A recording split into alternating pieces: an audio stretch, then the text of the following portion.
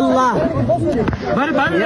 আল্লাহ, তোমার ঘর খাবার গিলাফের ধরে বলতেছি আল্লাহ, তুমি প্রত্যেকটা মানুষকে হেফাজত করো আল্লাহ। যারা দোয়া চেয়েছে তুমি প্রত্যেকের মানুষের মনের মাকাসাদে হাসানো তুমি কবল আর মঞ্জুর করে নাও আল্লাহ। তোমার ঘর খাবার ঘরে গিলাফের ধরে বলতেছি আল্লাহ, তুমি একটা মানুষকে তুমি মৃত্যু দিও না যতক্ষণ পর্যন্ত তোমার ঘরে এবং তোমার বন্ধুর ঘর পর্যন্ত সে আয়সা সালাম টুকু না জানাইতে পারছে আল্লাহ।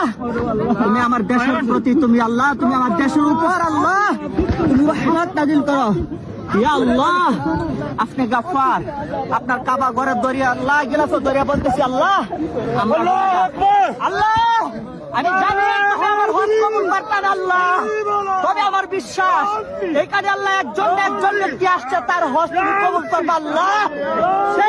সেই হাজি সাহেবের উসিলা করি আল্লাহ, তুমি আমাদের প্রত্যেককে তুমি আল্লাহ আমাদেরকে মাফ করে দাও ইয়া আল্লাহ। যাদের আব্বা আম্মা নাই তুমি তাদের আব্বা আম্মাকে তুমি আল্লাহ মাফ করে দাও ইয়া আল্লাহ। ইয়া আল্লাহ, যারা অসুস্থতা আছেন আল্লাহ তাদেরকে সুস্থতা দান করেন ইয়া আল্লাহ। যাদের সন্তান নাই আল্লাহ আপনি তাদেরকে সন্তান দিয়ে দেন ইয়া আল্লাহ। যারা ঋণগ্রস্ত আছে আল্লাহ আপনি তাদেরকে ঋণ দেওয়ার মতো মুক্তি দেন ইয়া আল্লাহ। সমস্ত বিশ্ব মুসলিমকে আপনি মাফ করে দেন আল্লাহ। জীবিত যারা আছে তাদেরকে আপনি সিরাতুল মুস্তাকিমের উপর চলার মতো তৌফিক দান করেন ইয়া আল্লাহ। আল্লাহ আল্লাহ, যারা অসুস্থ অবস্থায় আছে আল্লাহ আপনি তাদেরকে সুস্থতা দান করেন ইয়া আল্লাহ। আমি গুনাহগার, আমি জানি আমি আপনার যুক্ত, আমি আপনার উপযুক্ত নাই, কিন্তু এখানে হাজারো হাজারো হাজি সাহেব আছে আপনার উপযুক্ত আল্লাহ।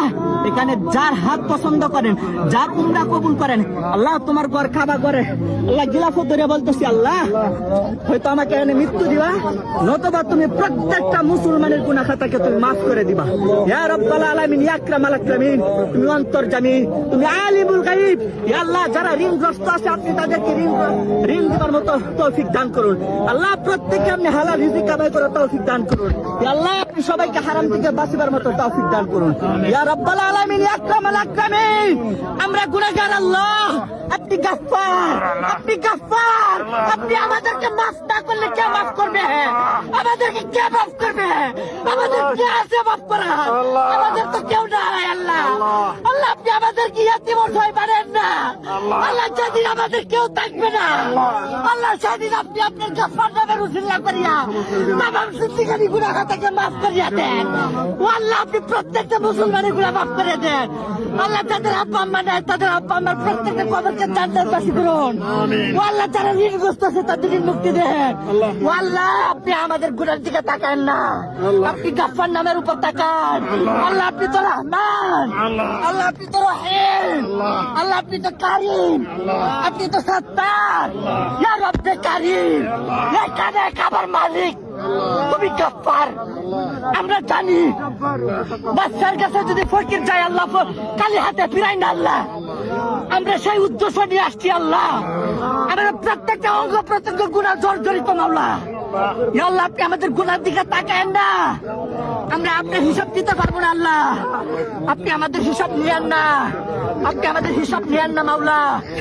প্রত্যেকটা মানুষের তোমার ঘরে ধরে তুমি আমাদেরকে মাফ করে দেন, আপনি আমাদেরকে মাফ করে দেন আল্লাহ। যারা যে নিয়ত আছে আল্লাহ গিলাফ ধরে বলতেছি আল্লাহ আল্লাহ, আমরা কই যাইমু তুমি মাফ না করলে আল্লাহ?